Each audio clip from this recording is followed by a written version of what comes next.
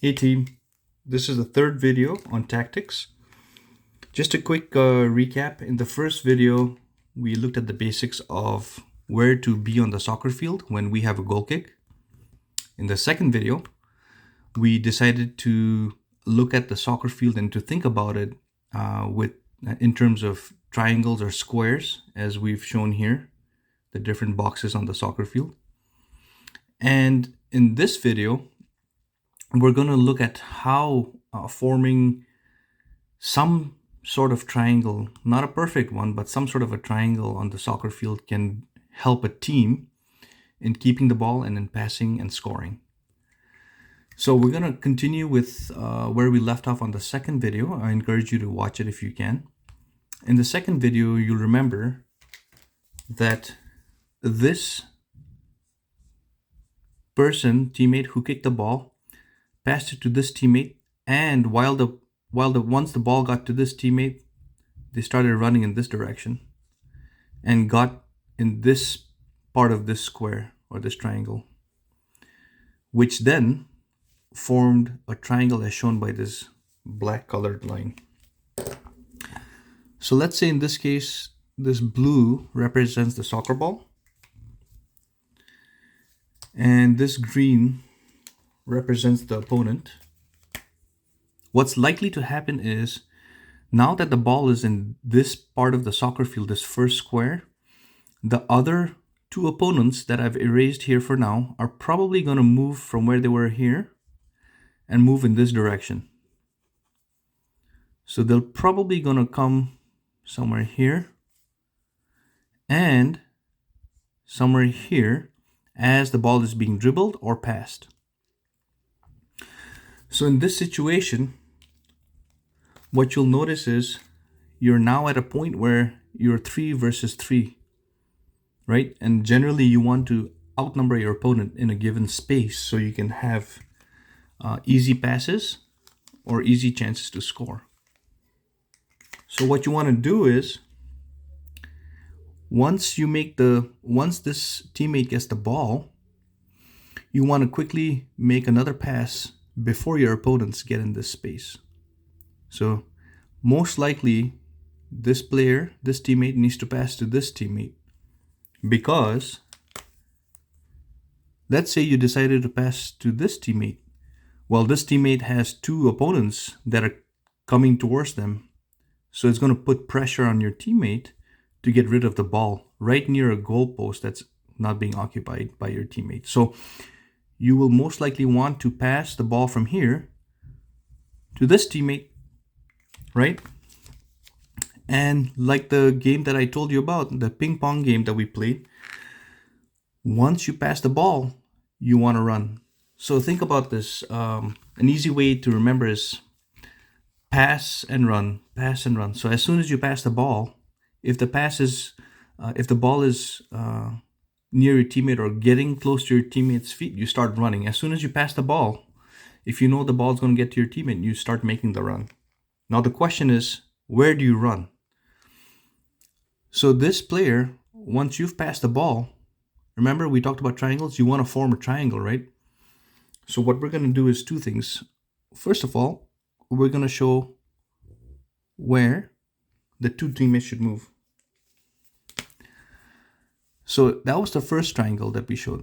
So once this ball is passed, this teammate needs to keep running in this direction. And you end up somewhere here in this square. See, you're in a new square now. You were in the square where the goalpost is, and now you're in the second square across.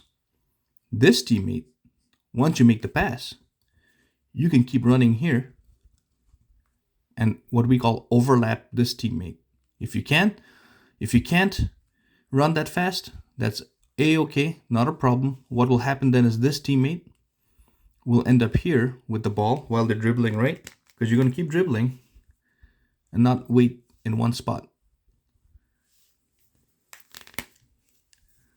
We'll call this teammate number 1, number 2, and this teammate who was here, number 3, number 4. So this teammate who passed the ball here will now take up the spot that the teammate number 2 was in. right?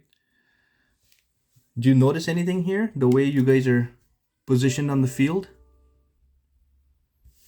These three? You're right. It's another triangle.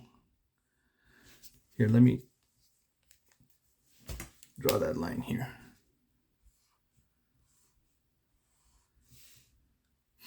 And basically you can kind of do this again and again, and the bottom line is what I want you to remember is once you pass the ball, start running towards your opponent's goal to try and score. That's one of the key takeaways. Now, the other thing I wanted to show in this video is what happens to this player.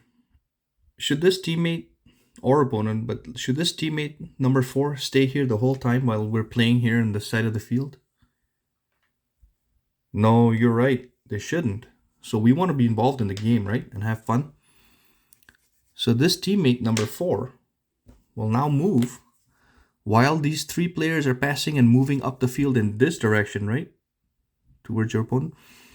This teammate number 4 will now run, even without the ball, will run in this direction. It can be straight down this way. I would recommend moving slightly towards the center of the field because our passes don't go that far right now. As we practice, we can get better. So this teammate number 4 will now start moving and go somewhere here. Let's just say they are here on the field, okay? Let's just move them down here in this box. So they move from this box to this square.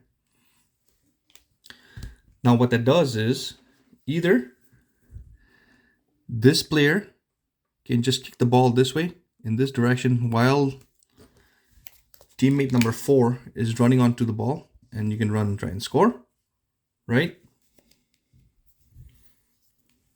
Or if we slow the game down more, what can happen is this teammate number 2 can pass the ball to teammate number 1. Okay, that marker is not working, so let's just say the ball is now with teammate number 1. So the ball is now in orange. Apparently the ball changes color in the middle of the game. So the ball can go to teammate number 1 while this teammate number 4 ran here. And then they can pass down this way, right, in this direction. Basically, teammate number 4 is an extra person who's trying to move and run on the soccer field without really having the ball, so that when they're open, either here or somewhere down here, if you look up and you raise your hands, remember we practice communication. If you raise your hand and say, "Hey, I'm open," hopefully one of your teammates will hear you and see where you are and try and kick in your direction. Let's just say teammate number 1 gets the pass from teammate number 2 in this direction, right? And all the players are starting to now come towards the ball, right? Most of your opponents will try and run towards the ball.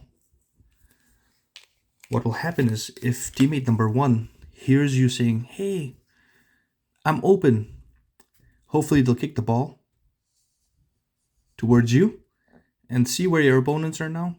Your opponents are behind you, and you should have a better chance of scoring, kicking the ball, dribbling, and the scoring.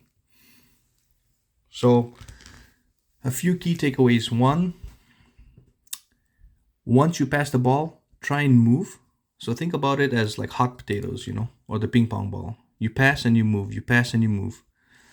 And when you move, try and move in a square on the soccer field where you'll form some sort of a triangle shape with your teammates. And if there's one teammate who's further out on the field, just make sure you keep running. Don't give up, because a lot of times what will happen is we'll get chances to score when we don't have the ball because we made the run. Because we're running, our opponent won't expect you to make that run or be open. So that's for that video. Thanks.